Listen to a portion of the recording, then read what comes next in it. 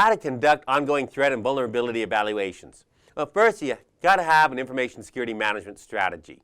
Are you going to be implementing COBIT, ITIL, ISO 27000 series? It doesn't really matter. Your choice, whatever your company is comfortable with, however it's designed, and what works best for it. Establish a risk assessment methodology, be it quantitative or qualitative. Now, quantitative is absolutely preferred. We like actual dollars and cents, much better than a scale. If we got a scale of 1 to 10, that's qualitative. It's a little hard. About the only people I've seen who have effectively turned qualitative into quantitative is a doctor. You go in, they ask you how bad the pain is. You say a 5 or 6. They go, okay, you're paying for the doctor's visit, their time, no big deal. You say, it's about a 7 or 8. Okay, you now made their car payment for the month. They're real happy. You say a 9, you made their mortgage. You say a 10, you're an ongoing patient that's going to send their kid through college. They have turned this qualitative into quantitative. They know what the dollars are going to end up being. But you're going to have to decide which one works best for your organization. But there is a preference, at least with the exam and throughout most of industry, to try to make things as quantitative as possible.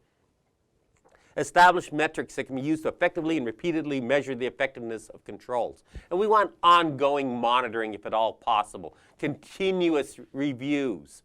And if we can automate this so it's being done without us having to do any intervention, providing data to us in a reasonable manner so we can review it, that's fantastic. We know when something goes wrong immediately. We can fix things before a problem gets out of hand. Limit our liability. Establish information security baseline across all business units, business processes, and the controls in the organization.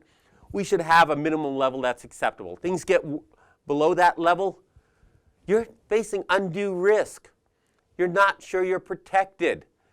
Bad things can happen, and your liability goes up, and you may even be open to being viewed as negligent for letting things get that bad. Remember, negligence gives rise to absolute liability and may open punitive damages. Those are absolutely horrid, evil. They destroy companies and make you look irresponsible and almost always make the press. And you don't want to make the press with really bad news saying that you don't care about things and you're willing to let disasters occur. Periodically repeat the measurements to find the baseline and compare the results against the standard.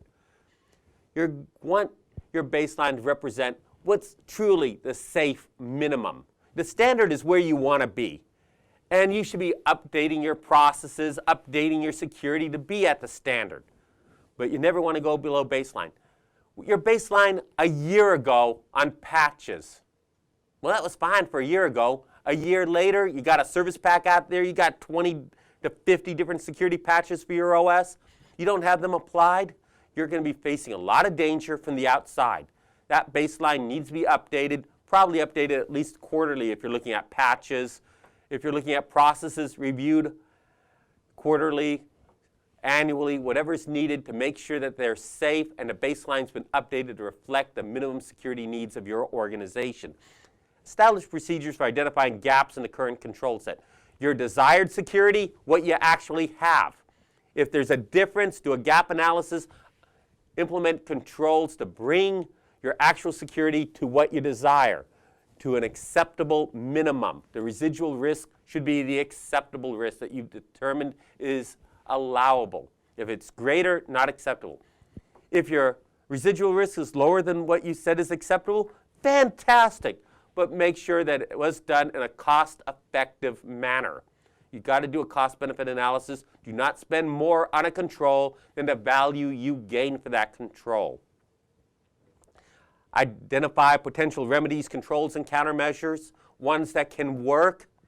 And remember, not all controls are good controls. Putting a guard to protect a candy dish doesn't make fiscal sense. What, you lose $5 worth of candy in a year? You're going to spend more than that in 15 minutes paying the guard. That doesn't make any sense at all. And the liability from the guard tackling the guy who sticks his mitt into the candy dish and breaks an arm, well, you don't want to be facing that. That's a whole other story that's not worth dealing with. Not all controls meet the cost-benefit analysis. Sometimes no control makes sense.